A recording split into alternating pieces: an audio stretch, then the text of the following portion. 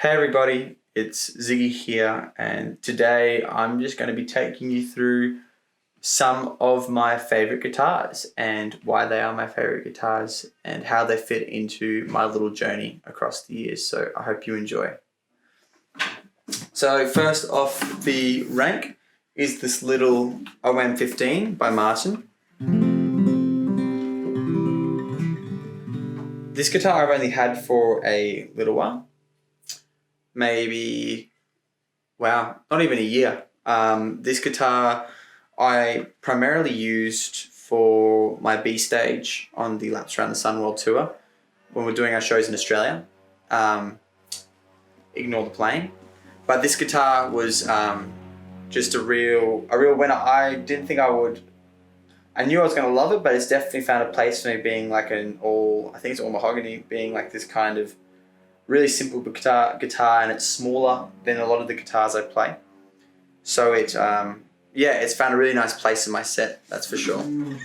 You got my ex-girl tattooed on your arm. You're training to and you have finally kept yourself away from home. And hopping on the stage feels like absolutely nothing. But the mess in my head was corrupting. Listening to Nora Jones, making up before another year with all these shows. And this time feels like we'll be everywhere. Want you, but also just want to try protect. Help you keep your head in check. My intentions were good. My intentions were good.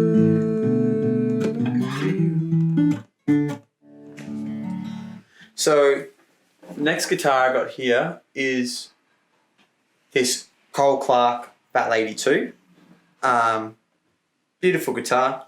This guitar was my third ever Cole Clark and was my fourth ever guitar.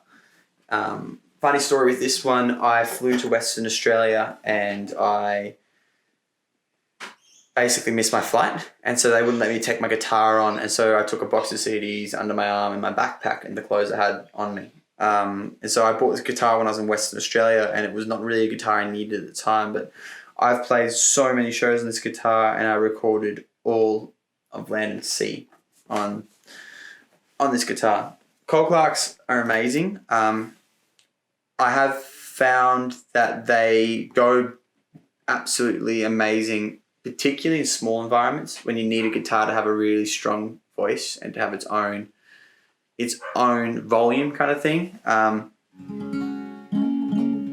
So it's perfect for busking and fantastic for small venues. I don't know how this guitar will sound because looking at the strings on it, they're all rusted. I think this guitar even might have lived in a storage unit in Europe, in Germany, for a couple of years between tours because I thought I was coming straight back and it took me a couple of years to get back there. So this guitar's been on a lot of journeys. And so I walk to the sun on the window of my car, and I say whoa to the winter on my window. See, I miss you most when the sunlight filters across these empty sheets and days in the sun, the winter cold on your cheeks.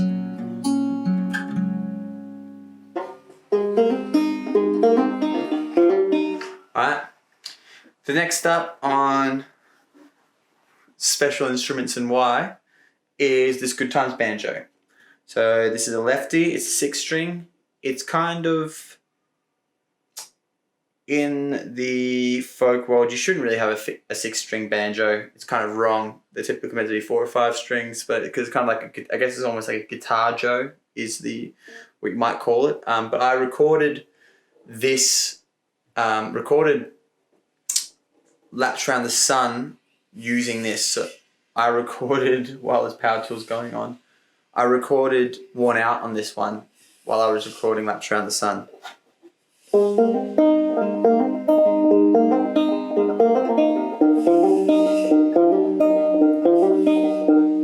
They said to us when we were young, it's hungry if you're going in the sun.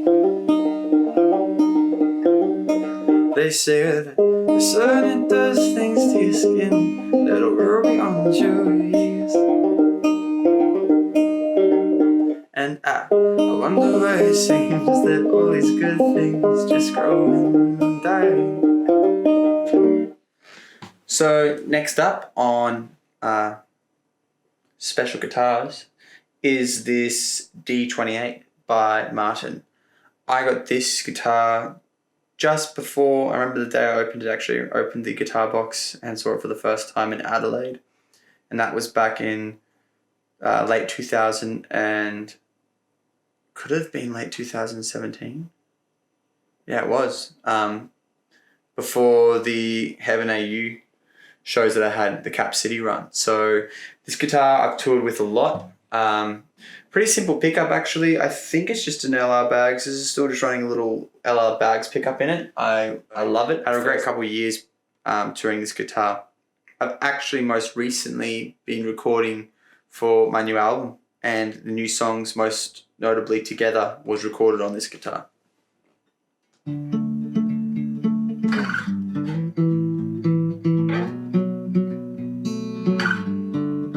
And I wonder why we seem to be more concerned with our flags and nationalities, both than we are with unity of love.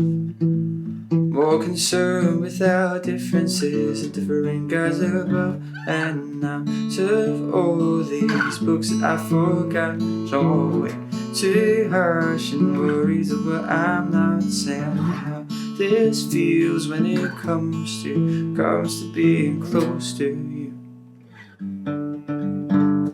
Alright, so next up on guitars is this beautiful, I think it's actually a 1969 Gibson hollowbody. This was my first ever electric guitar. It's one I got off a friend, Diego. Yeah, Diego from Valiant Music in Brunswick Heads, New South Wales. It's a pretty cool guitar. Really old. It used to be a right-handed guitar, as you can see, and someone has so much as a lefty actually cut it away in not the most perfect fashion, but I love it. It gives it more character. So it's a right-handed guitar. It's been flipped. Sounds amazing. What I love about it is it's got this P90 pickup that is hard to find in new electric guitars. It just sings. It's got this great tonality to it. So you can see some little marks where these little knobs have been moved over again by a left-hander many years ago. I played a couple shows on this, did a couple tours with this guitar, but probably most notably it was used on 4 Feet in the Forest for recording Tell Me and Start Over. So yeah, been an amazing guitar. I actually stopped touring them just out of respect because, well, can someone do the maths on that? 51 years old. There you go. That way I was like, it's old. So I thought a 51-year-old guitar.